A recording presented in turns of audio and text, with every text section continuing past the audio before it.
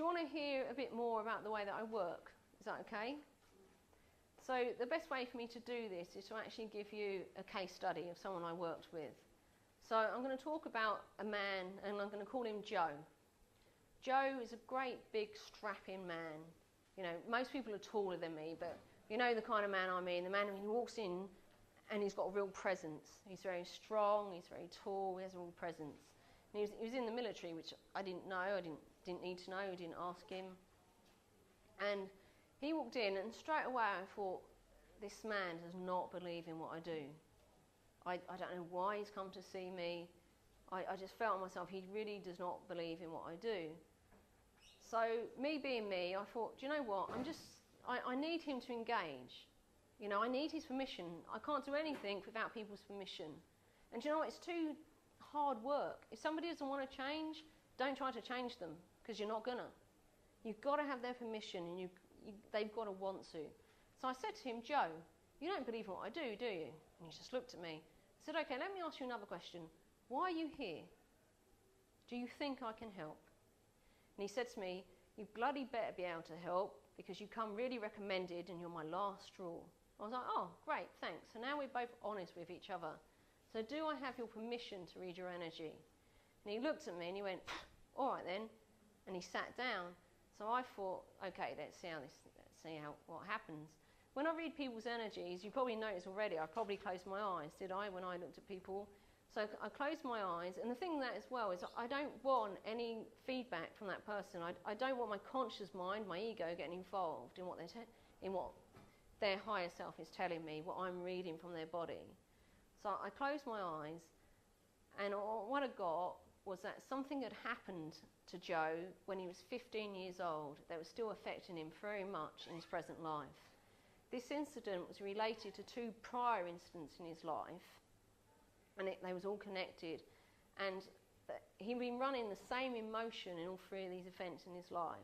But the event when he was 15, that was the real catalyst. That's where the program, that's where the emotion got stuck. So something happened, this emotion got stuck, and it was still affecting him. And I believed it was the core root to the reason why he was angry. So I said this to him, all with my eyes shut. I said this to him. When I opened my eyes, this previously big, strong man was curled up on my couch like a little baby, sobbing his eyes out. I just looked at him. He physically looked to me like a 3-year-old at that point. I just looked at him, and I just sat there, and I sat in silence, and I waited. I waited until in front of my eyes he started to look like a man again.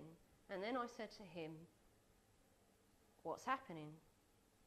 And he said, how do you know what you just told me?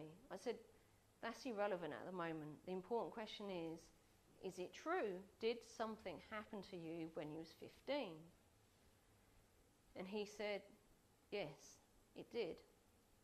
What had happened to him, what happened previously, was he'd had 2 major fights with his mother.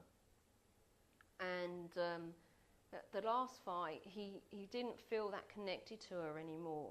So they would have a really good time in their relationship, where previously it was always good. But after the second fight, they would have either really good times or really bad times. And then coming up towards he was 15, he wasn't talking to his mother that much. But when he did speak to her, he spoke to her in a disrespectful way, and there just wasn't that closeness there anymore. And then one day, she had an accident, she died when he was 15. And he'd always wished he hadn't talked to her in the way he had. And he regretted it, and he really wanted to let her know that he loved her. You know, and he wanted to tell her before she died, but instead, he'd behaved like he had. So Joe was in his 40s, and this happened when he was 15. And so he'd carried this bitterness, this anger with him the whole time. Now, believe me, Joe's upbringing was not easy. You know, for him to be the loving person he was amazing. For him to show the love and compassion that he often showed to his mother during their time together was amazing anyway. So that's also why he felt such a loss at her death, and so angry with himself. So the core root of his anger was with himself, because he'd not expressed his real emotions to his mother. And he'd not been true to himself. He'd not been true to the way that he was feeling. So that was a huge thing. He'd been carrying this anger with him his whole life. This was his number one defence mechanism. This was the way he'd learnt to deal with his emotions, was to shut them off, to be the big strong man and just to carry on in the world. And being part of the military, he had no choice. That's, I believe, how you're expected to behave. My dad was in the military and he was very much like that growing up. I never saw him cry for years and years and years. You know, he's a very tough, strong man. So in that first session with Joe, I needed him to understand the depth of what he'd went through. I needed him to understand what it was like for a teenager to feel the way he does. Like, teenagers always get grumpy with their parents, don't they? It's part of being a teenager. Teenagers always struggle with their emotions. It's part of being a teenager. If you don't go through that stage, you miss out on a massive developmental stage, and that leads to mental illness. And I know that because I have a degree in psychology, and I've worked for social services, and I've worked for the NHS. So I needed him to, first of all, to understand that what he'd been through was a normal reaction for what he'd been through. Does that make sense? The next thing I needed him to do was to learn how to deal with his emotions in a different way, to being the cool cucumber who was a bit hard, or the in-your-face angry man because he couldn't deal with being afraid. So what we did is we took the sting out of everything through him understanding and through him clearing his energy, and that happened in one session. So in the next session he comes back to me and he said to me with a tear in his eye, "My child said to me this morning, 'Daddy, I like you more now.'" You know, for him that was amazing. He was in the military, so he'd be away for 6 months at a time, home for 4, away for 6 months. That's the way it worked. So, you know, his younger son was used to him coming and going. So it was his younger son that actually said to him, "Daddy, I like you more now." Joe had 2 more sessions with me. By the 4th session, what I've got to mention is Joe was off work due to stress, as they called it. But by the 4th session, he had learnt totally to be able to relate to his own emotions and to express them to other people. He had learnt to be able to feel something and feel it very strongly, but just be able to sit with it and decide what to do rather than react. Yeah? So he then had a choice about what do I express, how do I express it, and when do I express it, rather than just boom, straight into anger. Okay? Very powerful.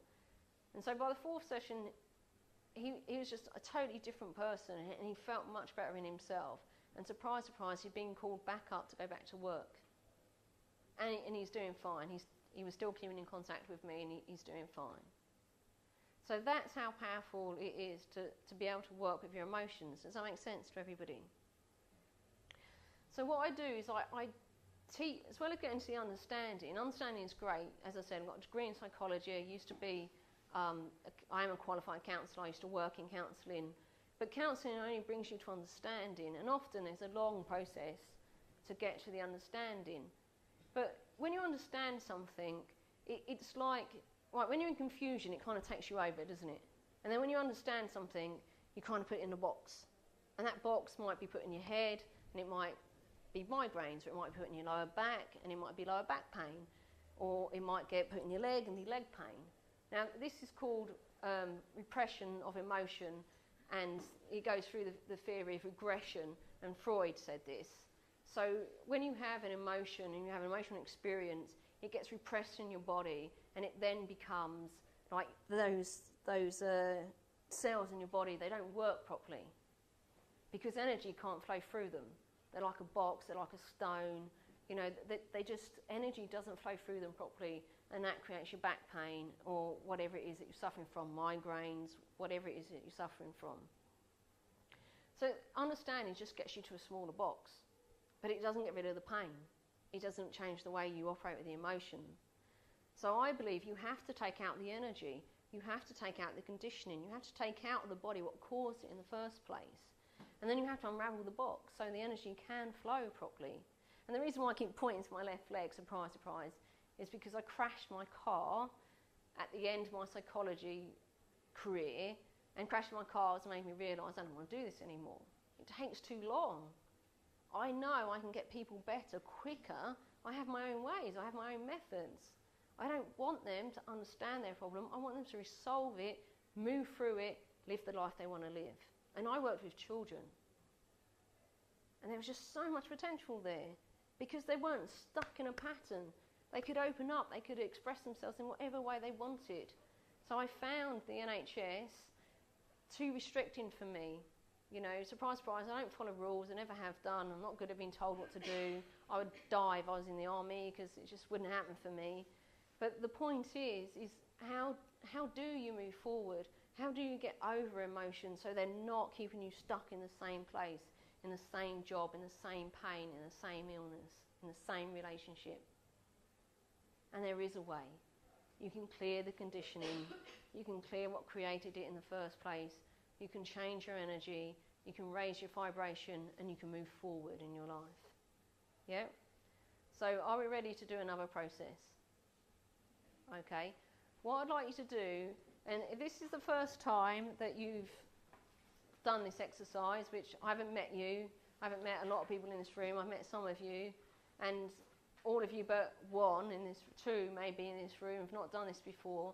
So pick an emotion that you're struggling with, but you want to be struggling with it about 7 out of 10. You don't want to go for the 10, not today.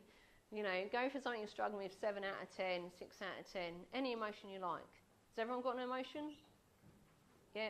So an emotion that you're struggling with or you'd like to express better. So if your life is grand, just grand means brilliant, just think of an emotion that you just like to be able to express in a better way than you do already. Okay, close your eyes again for me. Allow your unconscious mind, because the unconscious mind works with symbols, allow the unconscious mind to make a symbol for this emotion. Put this emotion outside your energy field. So for most of you, that means 4 to 6 feet. Some of you could do with bringing in your energy field. So you just bring your energy field in 4 feet around you, 3 feet around you, and you just do this by imagining it. That you bring it in, you've got this lovely circle around you that's 2, 3 feet away from your body. That's your energy field. Now allow this symbol to sit on the outside of that energy field. Great. And this symbol is attached to the ground. It's anchored into the ground. And what you're going to do is you're just going to open up and allow this emotion that the symbol represents, just allow the emotion to leave your body, leave your energy field and go into the symbol. All of the energy that's tied up in that emotion that's not yours is just going to go down into the ground and be gone. The energy that's in this emotion that is yours is going to be cleaned up and tidied up by the universe. So all you need to do, don't worry about it, just keep releasing the emotion. Any story that comes up, any feelings that come up, just keep releasing them into the symbol. And as you release them, the symbol is just releasing this energy into the ground.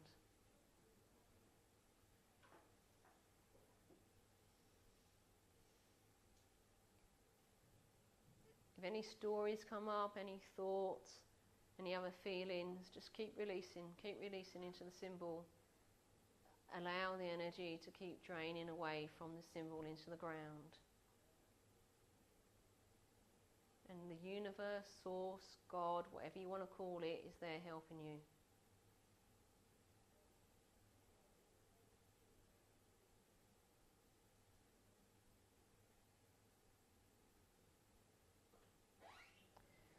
Somebody is really desperately trying to hold on to their emotion. Believe me, you won't let go of anything that serves you. Your unconscious mind is way too smart for that. It's been protecting you all of your life. So just allow these emotions to be released. Thank your protective mechanisms for taking care of you up to now, and know that you can release it. Know that you don't need it anymore. You would not be in this room if it wasn't safe for you to release this emotion today. Just open up and allow the emotion to go into the symbol and be gone.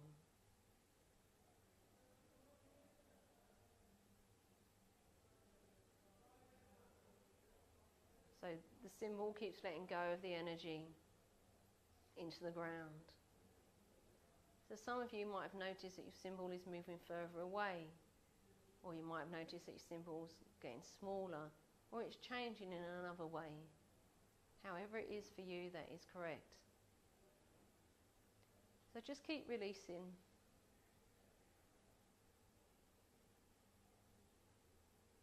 You're doing really well. Just keep releasing everything into the symbol.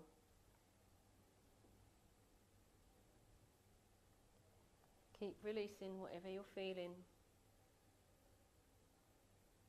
down into the symbol, and allow the symbol to release everything into the ground.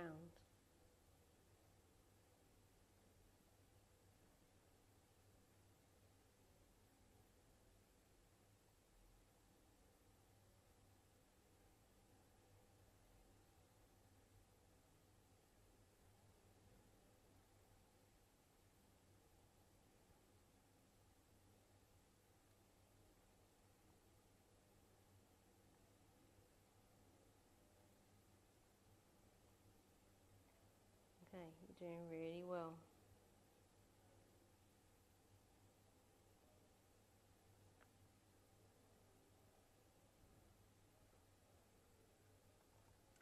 And then when you're ready,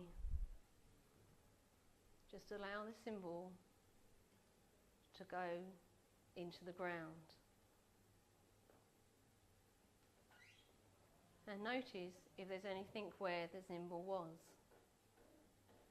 And if there is, ask it if it has a message for you.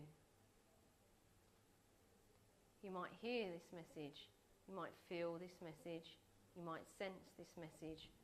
Whatever's right for you is okay. Just allow it to happen.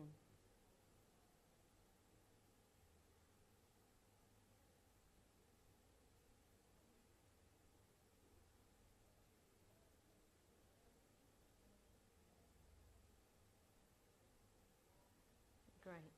And then imagine a golden ball, another golden ball high above your head. Allow it to bring back the energy that you've left in people, places or spaces. Allow it to bring in an emotion that you'd like to replace the energy that you've just let go of. So allow it to bring in an emotion or other energy you'd like to replace all of the energy and the emotion that you just let go of. Allow it to clean up and charge up your energy and bring in the new energy that you need to heal right now.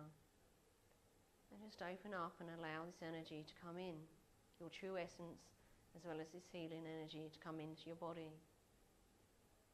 And allow it to come in and fill your whole body, your true essence, your real energy, who you really are. And when you're ready, open your eyes.